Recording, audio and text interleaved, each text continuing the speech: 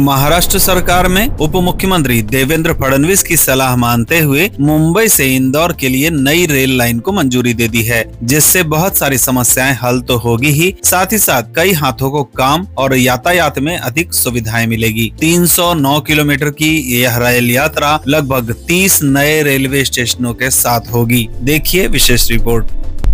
मुंबई आणि इंदूर या दोन प्रमुख व्यावसायिक शहरांना जोडणाऱ्या रेल्वे प्रकल्पाला केंद्र सरकारने मंजुरी दिली।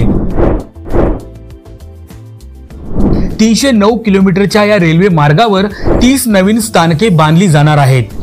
18,036 कोटी रुपयांचा हा प्रकल्प आहे। हा नवीन रेल्वे मार्ग प्रकल्प सुमारे 1000 गावं आणि सुमारे 30 लाख लोकसंख्येला जोडेल।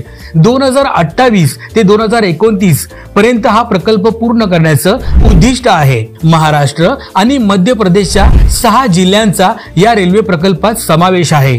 इंदूर आणि मनमाड दरम्यान हा प्रस्तावित रेल्वे मार्ग थेट संपर्क सुविधा प्रदान करेल। त्यासोबतच प्रवासाची गतिशीलताही सुधारेल।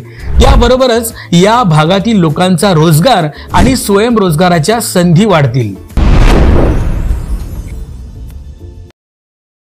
हे गाइस, ताज़ा खबरों के लिए लाल बटन दबा के सब्सक्राइब करें और तुरंत खबर पाने के लिए घंटी के बटन को दबाएं।